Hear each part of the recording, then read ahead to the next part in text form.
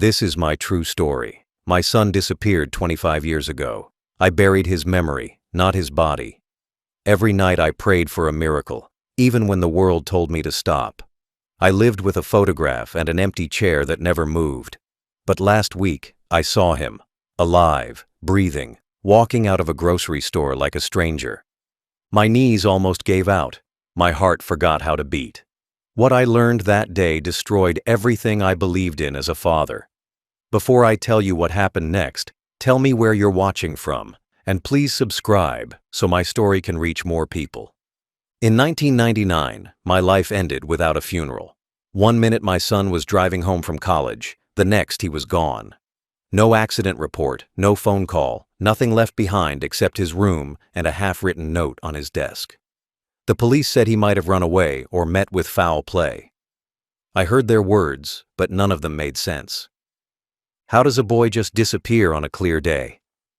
I went to every police station, every hospital, every place where hope usually dies. They filed their papers and moved on. I didn't. I searched highways, fields, and rivers. I knelt in mud, calling his name until my voice broke. People stopped answering my questions because they were tired of seeing my face. I wasn't tired of finding him. When the weeks became months, his mother stopped eating. She waited by the window every night with a lamp lit, thinking he'd see it and come home. I used to hold her hand and say he'd walk through the door any minute. I didn't believe my own words, but I had to give her something to hold on to. One morning I found her collapsed on the floor, her hand still gripping his photo. She died a month later of a broken heart. The doctor wrote another word on the certificate, but I know the truth. She didn't want to wake up in a world where her son was missing. After her funeral, the house turned into a tomb. I left his room exactly as it was, bed unmade, window half open, a pair of shoes under the chair. Sometimes I'd sit on his bed and pretend he was just late. Other times I'd talk to his photograph like he was listening. The neighbors stopped visiting. Friends moved away. I stayed. I couldn't leave the last place where he was real. The years ate my savings. I sold the car, then the furniture, then the land. Every coin went to private investigators who took my money and gave me nothing but shrugs. Each time they said they'd found a lead, I drove miles with hope in my hands and came back with nothing but dust. I remember standing in a morgue once, looking at a body they found by the river. I prayed it was him so I could finally bury him. When they pulled back the sheet and it was someone else, I cried like I'd lost him again. I walked out and threw up on the street because grief and relief together feel like poison. After that day, I stopped asking for updates. The police closed the case, filed it away like a broken toy. They told me to accept that he was dead, but I couldn't. I didn't need proof he was alive.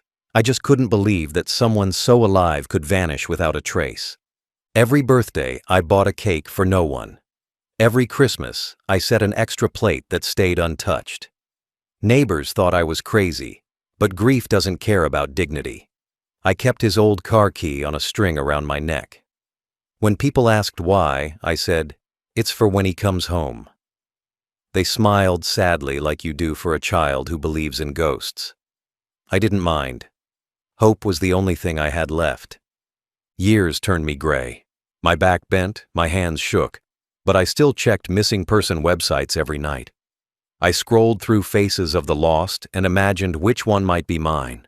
Sometimes I dreamed of him standing at the door saying, "Dad, I'm home." I always woke up crying because the door was still closed. Even after 20 years, I kept talking to him.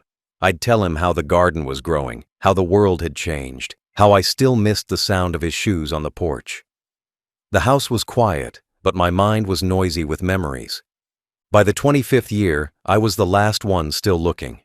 Everyone else had forgotten his name. But a father doesn't forget. A father waits. He waits even when there's nothing left to wait for. That's what kept me alive. Not hope of finding him, but fear of stopping. Because if I stopped looking, I'd have to accept that my boy was gone forever. And I could never do that. So I lived with my loss like it was a shadow that followed me everywhere. It never left. It just grew darker with time. Grief became my only company. It lived in the chair beside me, in the empty space at the table, in the silence that filled the house after sunset. I woke up every morning expecting nothing and went to bed every night remembering everything. There was no escape, not from the sound of his laughter that echoed in my head, not from the smell of his old jacket still hanging by the door. The house wasn't a home anymore. It was a graveyard of memories. Every wall held a picture. Every picture held a lie I told myself to keep breathing. I told people I was fine. I wasn't. I hadn't been fine since 1999. I remember walking down the streets holding his photo, showing it to strangers who barely looked at me. They'd shake their heads and keep walking, like grief was contagious. Maybe it was. I saw other parents move on, remarry, rebuild. I couldn't. I didn't want to start over. My life had ended the day he vanished. Everything since then was just surviving. I lived in the same town, ate at the same diner we used to visit, sat at the same bench by the park. Sometimes I thought I saw him in the crowd, a flash of his hair, his walk, the shape of his shoulders. I'd run after that shadow, but it always turned into someone else. And each time it did, I lost him all over again. The nights were the worst. That's when grief talks the loudest. I'd sit in his room, read the old books he left behind, touch the toys that still had dust from his childhood. I found an old cassette he once recorded, his voice singing off-key, laughing after every wrong note. I played it again and again until the tape wore out. I wanted to hear his voice one more time, even if it broke me. I wrote him letters every month, even though there was nowhere to send them. I kept them in a box under my bed, hundreds of them, all sealed, all unanswered. I called it my mailbox to heaven. Some nights I went to the police station just to look at his file. The officer stopped me once and said, "You know he's gone, right?" I looked at him and said, "He's only gone when I stop looking." He didn't understand. Nobody did. I didn't need them to. My grief wasn't about logic. It was about love that had nowhere left to go. I'd walk through cemeteries at night, looking at names and wondering which one should have been his. Sometimes I envied those who had graves to cry over. At least they had a place to leave their pain. I had to carry mine everywhere. Years later, when the world moved on, I stopped expecting anyone to care. People forgot his name. But I still said it every day, because saying it made him real. I imagined what he'd look like now. Older, taller, maybe with a family of his own. In my head, he was always smiling. In reality, he was just gone. The weight of that truth crushed everything I was. I stopped celebrating holidays, stopped answering calls, stopped pretending. I was just an old man sitting in the past, waiting for something that would never come. I grew bitter without meaning to. Every time I saw a father and son walking together, I turned away. Not out of hate, but because it hurt too much to see what I lost. My body aged faster than it should have. My hands shook, my vision blurred, but my memory stayed sharp, cruelly sharp. I could still see his face that last morning, waving goodbye, promising he'd be back for dinner. That promise kept me alive for years. Then it became the reason I wished I wasn't. There's a kind of grief that doesn't fade. It just hides behind routine. That was my life. I woke up, ate, breathed, and carried pain like a second skin. It never loosened. It never left. I thought I'd die with it, and maybe I would have, if not for that one moment years later when I saw him again. But before that day, grief was the only thing I had left, and I clung to it because losing it meant losing him completely. And I couldn't bear that. Life after loss is not life. It's survival. Days blend together until you forget what year it is. I woke up because my body remembered how to, not because I wanted to. I ate food that tasted like dust, drank coffee that felt heavy in my hands. The house was too quiet, even the walls seemed tired of me. I stopped opening the curtains because the sunlight made the emptiness sharper. Everything that once had meaning, birthdays, seasons, small joys, turned into reminders of what I didn't have anymore. The world outside laughed, celebrated, moved on, while I stayed frozen in the same moment from 1999. The mornings were the worst. I'd hear the birds singing like they didn't know someone was missing. I'd pour 2 cups of coffee out of habit, then stare at the empty chair across the table. That chair was once his. Now it was just a hollow shape holding invisible memories. I used to sit there for hours, tracing my finger on the wood, remembering the mornings he'd sit there, rushing through breakfast before school, his backpack hanging halfway off his shoulder. I still waited for the sound of that backpack hitting the floor every evening. It never came again. I tried going back to work, but nothing felt real. People asked how I was doing, and I said, "I'm fine." That's what you say when you're dying slowly. I saw their pity. They didn't understand that I didn't want comfort. I wanted my son. I quit after a few months because the noise of the office made me sick. Everyone talked about vacations, promotions, weddings, things I no longer had the right to want. I went home one day, sat in the dark, and never went back. The world had no use for a man waiting for a ghost. At night, the house came alive with sounds that weren't real. I heard footsteps in the hall, the door creak, the fridge open, just like when he used to sneak in for midnight snacks. Sometimes I'd call his name before realizing the noise was only my imagination.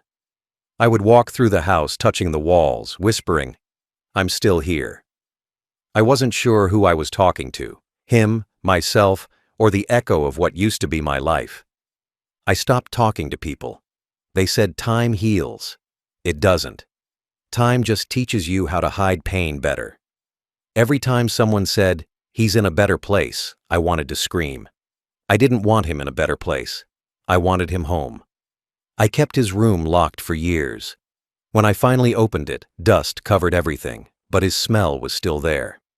I sat on his bed and cried until my throat hurt. I realized I wasn't living anymore, just existing inside his absence. The bus station became my second home. That was the last place he was seen. I went there every year on his birthday and left a card that said, "Happy birthday, son." Dad still waits. Sometimes the cards got taken by strangers or blown away by the wind. I didn't care. It was my way of saying I hadn't given up. People called me crazy. They weren't wrong. Losing a child makes you insane in ways polite words can't describe. One winter, I almost froze sitting on that bench waiting for a sign. My hands were stiff, my coat soaked, but I refused to move.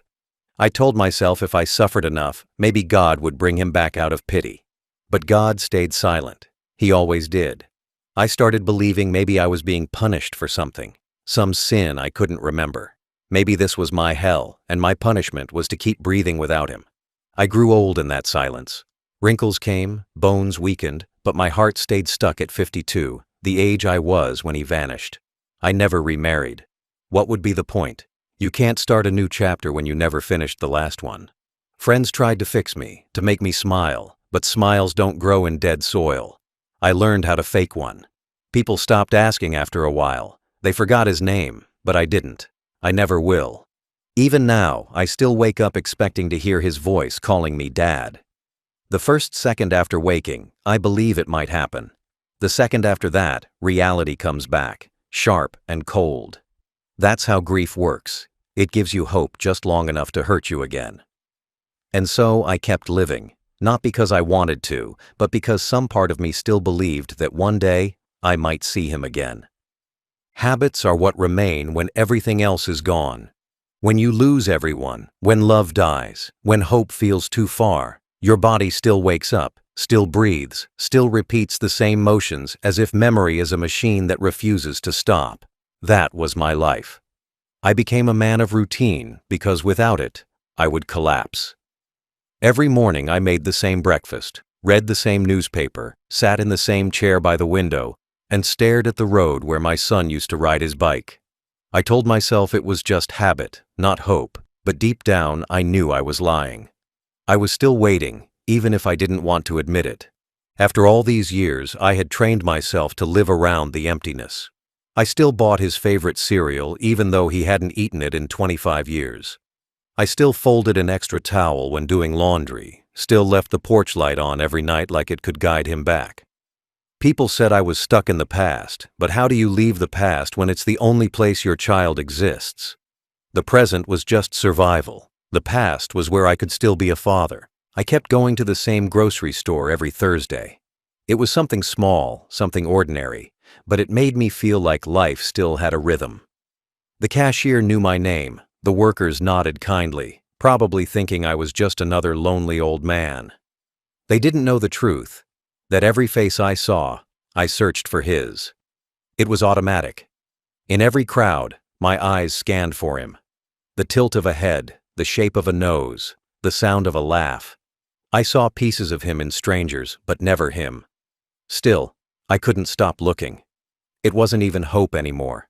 It was compulsion, like my heart refused to believe death without a grave.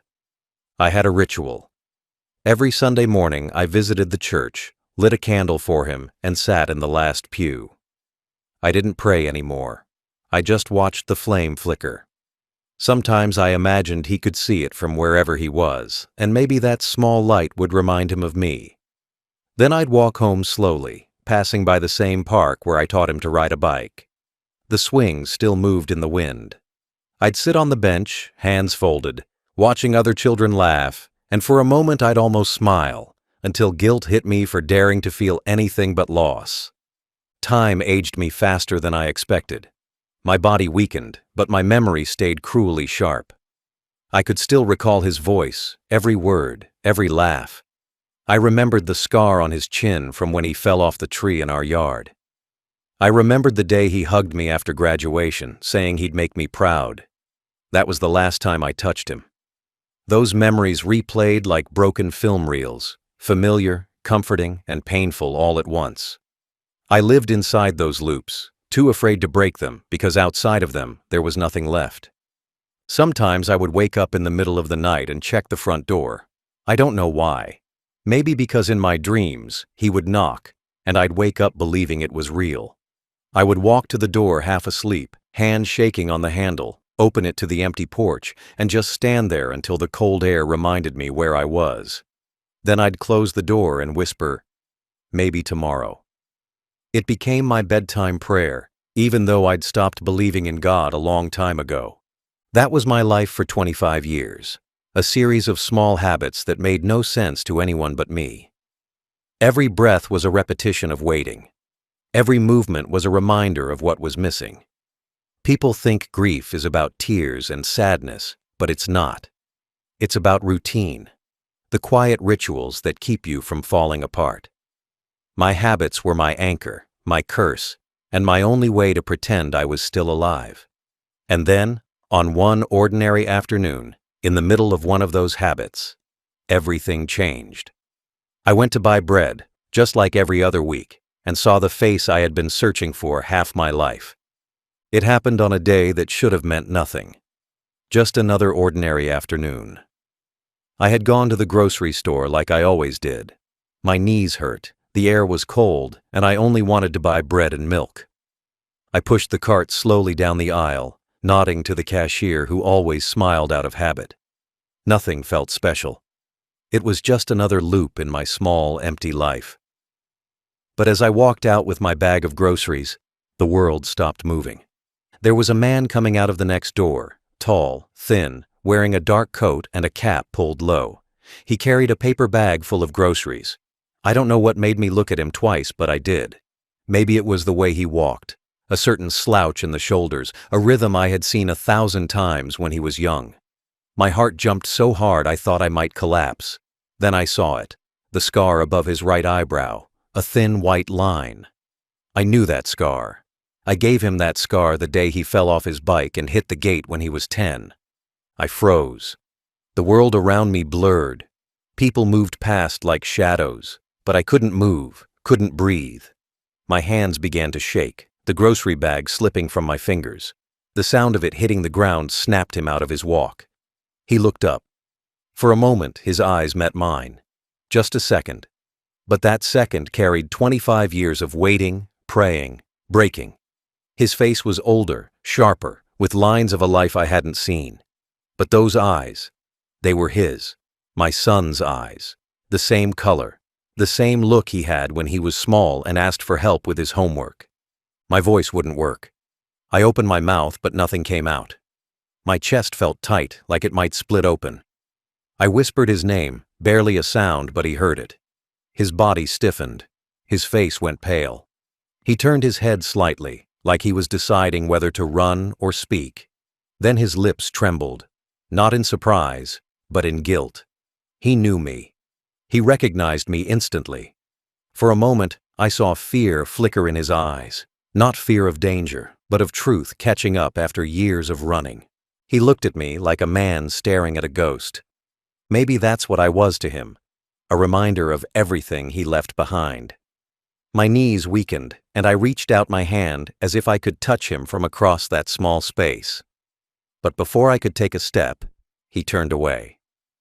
Just like that. No word, no gesture, no hug. He walked faster, pushing through the crowd. I stumbled after him, calling his name again, louder this time. People turned their heads, but he didn't. He just kept walking, his shoulders tense, his steps quick. The noise of the street faded. I could only hear my heartbeat, loud and broken. I tried to follow, but my legs were heavy, my breath uneven. Still, I ran, or something close to it. I didn't care who was watching. I didn't care about the pain in my chest. All I saw was the back of his head, that same head I once kissed goodnight. I kept calling out until my voice cracked. He stopped for a moment at the corner, half turned, like he was going to say something. Our eyes met one last time. He shook his head slowly, then crossed the street and disappeared into the crowd. I stood there for a long time, gasping, trembling, not knowing if I should cry or laugh or fall to the ground. 25 years of searching, and when I finally found him, he didn't want to be found. I waited outside the store until the lights went out, hoping he might come back. He never did. When I finally went home that night, I sat in the dark and tried to convince myself it was a dream. But my heart knew better. I had seen him. He was alive. My son, the one I buried only in my mind, was alive, walking the same streets as me. But for some reason, he didn't want me in his world anymore. That moment broke something in me that grief hadn't touched. Losing him once was pain. Seeing him alive and walking away, that was cruelty. Real, human cruelty. And no matter how hard I tried, I couldn't erase the look in his eyes when he saw me. It wasn't love. It wasn't hate. It was something colder. The look of someone who had already decided to forget you. I walked home that night like a man half alive. The cold air stung my face, but I barely felt it. My mind kept replaying those 2 seconds. His eyes, the way he looked at me, the way he turned away like I was nothing but a shadow from a life he didn't want anymore.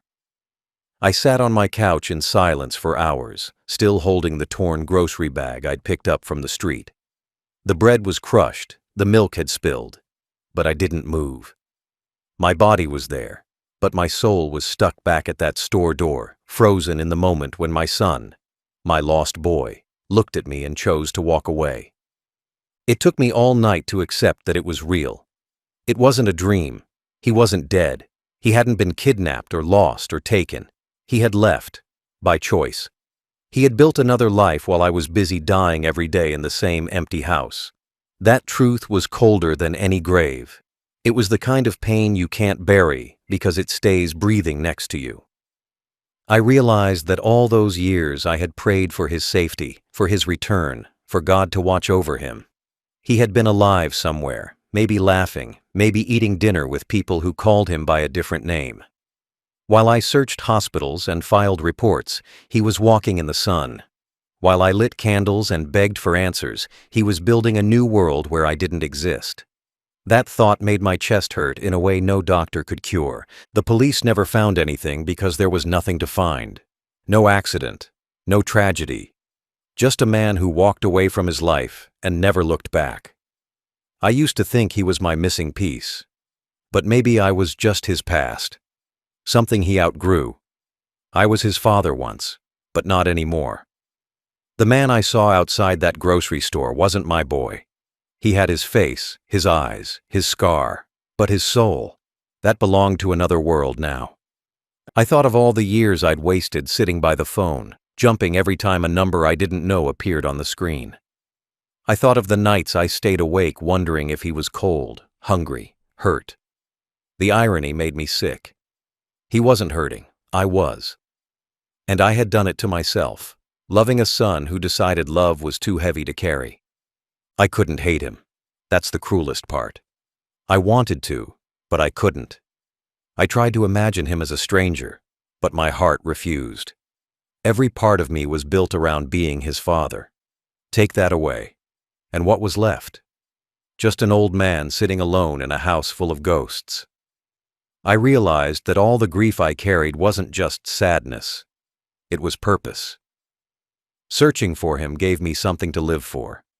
Now that I had found him, and he didn't want to be found, even that purpose was gone. I understood something that night. Losing someone to death is pain, but losing them to choice is cruelty. Death is final. You can make peace with it. But knowing they're out there, alive, breathing, laughing, and choosing a life without you, that's a wound that never heals. That's the kind of hurt that eats your insides quietly while the world thinks you're fine. When I closed my eyes that night, I saw his face again, older, harder, unfamiliar. I whispered his name into the dark and waited for a reply that would never come. The clock ticked, the house groaned, the world kept moving. But inside me, everything stopped. That was the moment I realized the truth. I hadn't lost my son in 1999. I had lost him long before that. I just didn't want to see it.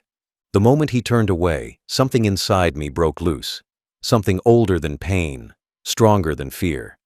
My legs moved before my mind could think. I left my groceries on the sidewalk and started after him. The crowd was thick, but I didn't care. People stared as I stumbled past, calling his name again and again. It didn't sound like a name anymore. More like a prayer tearing its way out of my chest. He kept walking fast, his head low, his steps uneven. I could tell he was fighting himself. Part of him wanted to run, part of him wanted to look back. The city noise drowned my voice, but I didn't stop. I followed him down the street, across the lights, into the next block. Every few steps, he looked over his shoulder, not enough to meet my eyes, just enough to make sure I was still behind him. I was. My lungs burned, my knees screamed, but I couldn't stop. I had waited 25 years for this, for any sign of him, and I wasn't letting him disappear again. Not without hearing his voice, not without knowing why. He turned into an alley, narrow and quiet. The world felt smaller there, just the two of us and the echo of my footsteps. He stopped halfway through, his back to me. I froze, breathing hard, my chest tight. For a long time, neither of us spoke. Then, without turning around, he said softly, "You shouldn't have come." His voice was low, familiar, calm, but cold. The sound of it hit me like a blow. That voice had once called me Dad. That voice used to fill my house with laughter. Now it sounded like it belonged to a stranger. I wanted to ask 1,000 questions, but nothing came out.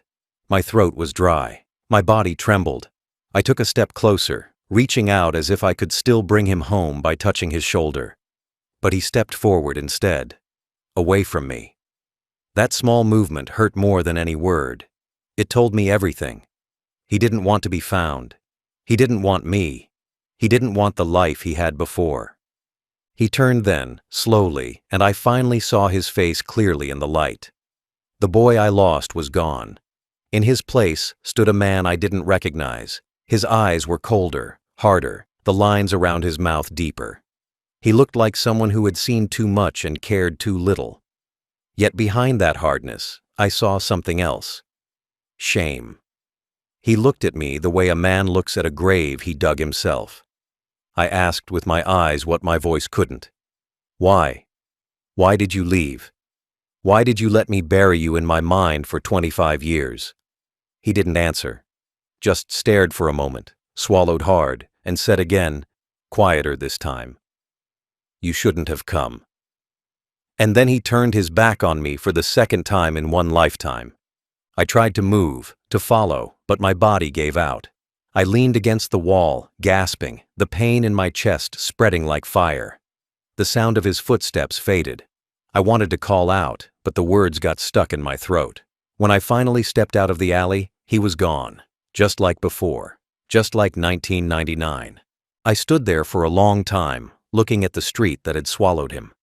Cars passed, people walked, life went on, as if the world didn't just reopen an old wound in front of me. The air smelled of rain and dust. I realized then that you can lose the same person twice. Once when they leave, and once when they come back and still choose to walk away. I walked home slower that time. Every step felt heavier, like I was dragging 25 years behind me. I didn't cry. I couldn't. My tears had run dry years ago. But inside, something hollowed out, leaving only silence. I had found my son, and he had found his way out of my life. Again. When I finally saw him again, it wasn't in a dream or by accident. It was fate's cruel joke, the universe giving me one more chance only to twist the knife deeper. I had followed him that day, trembling, desperate for answers I wasn't sure I wanted to hear. He stopped near an old bench behind the grocery store, where the noise of traffic faded into quiet. For a few seconds, we stood there. Two strangers with the same blood running through our veins, two lives separated by 25 years of lies. He turned slowly, and the look in his eyes told me the truth before his mouth ever spoke it. There was no fear of me, no shock, only shame. I asked him, barely above a whisper, why he did it, why he left, why he let me die every day waiting for him. His face hardened. He said the words I will never forget. He told me he didn't disappear by accident. He had chosen it. He had faked his own disappearance. The air left my lungs. I couldn't even process it at first. He said he was drowning in debt back then, gambling, bad friends, wrong choices. He had borrowed money from the wrong people, people who wanted him dead. Instead of facing it, he drove away one night and left everything, his car, his name, his family. He said he couldn't live with the shame of failure, that he was tired of being the perfect son I wanted him to be. He changed his name, moved to another city, started over. He told me he had a wife now, children who knew nothing about his old life. He said he built something stable this time, a small job, a quiet home. And he said, with eyes that didn't dare meet mine, that he had no place for me in that new world. He said it like it was a fact, not cruelty, but it felt like being buried alive. I wanted to scream. I wanted to shake him, to tell him that all I ever wanted was for him to live, to be happy, to come home. But the words died in my throat. He kept talking, and every word cut deeper. He said the police search was too close, that he'd watched me from a distance once, just to make sure I'd moved on. You were better off thinking I was gone, he said. It was easier that way. Easier. For him, maybe. Not for me. Not for the father who sold his house, who begged strangers for help, who stood outside police stations holding a photo until the faces behind the desks changed and the years rolled over. He told me he was sorry, but the kind of sorry that means nothing. The kind people say when they just want the conversation to end. I asked if his wife knew about me. He shook his head. It's better if she doesn't. He said his children thought their grandfather died long ago. He didn't want to confuse them. Didn't want to open old wounds. Old wounds. He said it like mine had healed. He didn't understand that my wound never closed, that I carried his ghost in my heart every single day. I realized then that the man in front of me wasn't my son anymore. He had my son's face, my son's voice, but the boy I raised was gone. The one who used to hold my hand, who used to laugh when I called him champ, who once said, "I'll take care of you when you're old." That boy died the night he drove away. What was left was someone else. Someone who didn't need me, who didn't even want to remember me. He looked at me one last time and said, "Please don't follow me again." Then he turned and walked away, disappearing into the fog like a memory being erased. I didn't chase him. I didn't call his name. I just stood there and watched the world take him from me again. The truth finally settled in my chest, heavy and sharp. My son hadn't been taken from me. He had given himself away. That was the day I stopped asking questions. Some truths don't heal. They just teach you how deep love can cut when it's one-sided. When he walked away that second time, it didn't feel like anger. It felt like dying quietly while standing up. My body stayed frozen long after he disappeared into the fog. I could still hear his footsteps fading, each one hammering deeper into my chest. 25 years of waiting, praying, and punishing myself had all led to this. A goodbye without meaning. I didn't even cry. The tears had turned to dust inside me years ago. What came instead was a slow collapse from the inside, a breaking that didn't make noise. I went home in silence. The streets looked the same, but nothing around me felt real anymore. I opened the door to my small apartment and stood there for a long time, staring at the empty chair where I used to imagine him sitting. I used to picture him coming back one day, knocking on the door, smiling shyly, saying he was sorry. I used to think I'd hold him, forgive him, tell him nothing else mattered. But now, knowing he had chosen to leave me, to erase me, even that dream was dead. The house felt smaller that night. Even the air was heavier. I sat at the kitchen table and took out the old photo album. The pages were worn, the corners bent. His baby pictures, his school awards, his first bike. All pieces of a life that once meant everything. I traced my fingers over his face, remembering how proud I was the day he graduated. I used to tell everyone my son would make something great of himself. I guess he did, just not with me in it. Every page of that album felt like a lie now, proof of a story that ended long before I realized it. Sleep didn't come that night. Every time I closed my eyes, I saw his face, not the one I raised, but the one from the grocery store, older, sharper, and so full of guilt it almost looked like hate. I wondered if he ever thought about me. If he ever told his children about the man who taught him to walk, who stayed up at night fixing his school projects, who sold his car to pay for his tuition. Maybe he told them I was dead. Maybe that made it easier for him to live. For days after that, I walked around like a ghost in my own life. People at the park still nodded when I passed, but I barely saw them. I had built my whole existence around the hope of seeing him again, and when I finally did, it destroyed what was left of me. It's a strange kind of pain, when the thing you prayed for finally happens, and it ends up being worse than the waiting. The silence in my house grew heavier with each day. The phone never rang. The world didn't care that a father's heart had cracked open again. I tried to keep busy, watering the plants, cleaning, pretending that routine could fill the emptiness. But everything reminded me of him. The way he used to slam the door, the way he'd hum songs while doing chores, even the chair he broke when he was 16. Those memories used to warm me. Now they just hurt. A week later, I went back to that grocery store. I stood outside for hours, hoping maybe he'd come again. He didn't. I asked the cashier if she'd seen a man fitting his description. She shook her head politely. I thanked her and left, pretending I wasn't breaking all over again. The world had swallowed him once more, and I didn't have the strength to chase him again. That night, I realized something cruel. Maybe love isn't about holding on. Maybe it's about knowing when you've been erased and walking away before you erase yourself too. I turned off the lights, sat in the dark, and whispered his name one last time. The sound of it echoed off the walls like it didn't belong there anymore. That was the night I let go. Not because I wanted to, but because there was nothing left to hold. It has been months since that day at the grocery store, but the moment still replays in my mind like an unfinished movie. I can see his face every time I close my eyes. Older, colder, filled with a kind of sadness that looked permanent. I don't know if he ever thinks of me, but I think of him every day.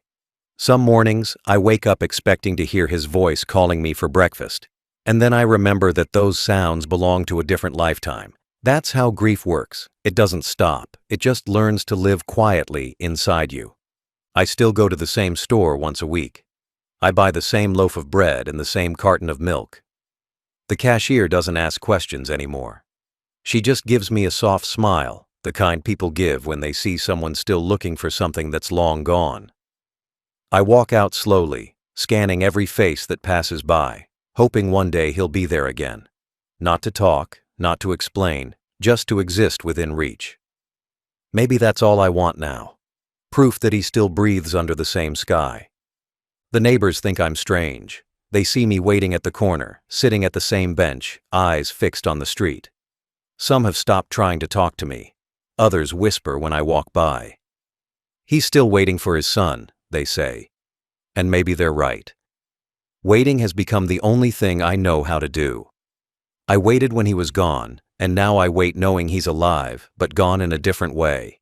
By choice. That kind of absence cuts deeper because it's chosen, not forced. At night, the apartment feels heavier than ever. The clock ticks louder. The air feels thicker. I sit by the window, watching the world move on without me. Families laugh, couples argue, children play. Life goes on. But mine stopped somewhere between 1999 and now. Sometimes I talk to him quietly, the way I used to when he was little and scared of thunder.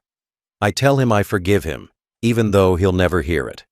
Maybe forgiveness isn't about the other person. Maybe it's about trying to make peace with your own heart. I've thought about writing him a letter, but I don't know where to send it. He said he had a new name, a new life. What would I even write? Your father still breathes, but barely. Your ghost still lives in me. I wouldn't ask him to come back. That would be selfish. I just wish he would tell me he's doing fine, that he's happy, that my pain wasn't for nothing. But even that small mercy feels too much to ask. Some nights, I take out the old shoebox under my bed. It's filled with things from his childhood, a broken toy car, his first school report card, the photo of him holding the dog we rescued. I look at them and realize that love doesn't disappear just because the person does. It stays, heavy and constant, like an anchor keeping you tied to what once was. People say time heals. They lie. Time doesn't heal. It just teaches you how to breathe around the wound. Sometimes I dream of him. In those dreams, he's still young, still smiling, still calling me Dad. I wake up reaching for that sound, and when I realize it's gone, it feels like losing him all over again. But I don't hate him. I can't. Hate would mean there's still energy left to fight. What I feel is emptiness, the kind that doesn't fade, only settles deeper. Now, when I look in the mirror, I see an old man who's outlived his purpose. But maybe my purpose was never to be found. Maybe it was to love him, even if it destroyed me. Every Friday, I still walk past that grocery store, hoping for a glimpse. Not because I expect anything, but because hope, even when it hurts, is all I have left. And if I ever see him again, I won't ask him to come home. I'll just say, I never stopped waiting, son. And maybe that will be enough, even if it's the last thing he ever hears from me.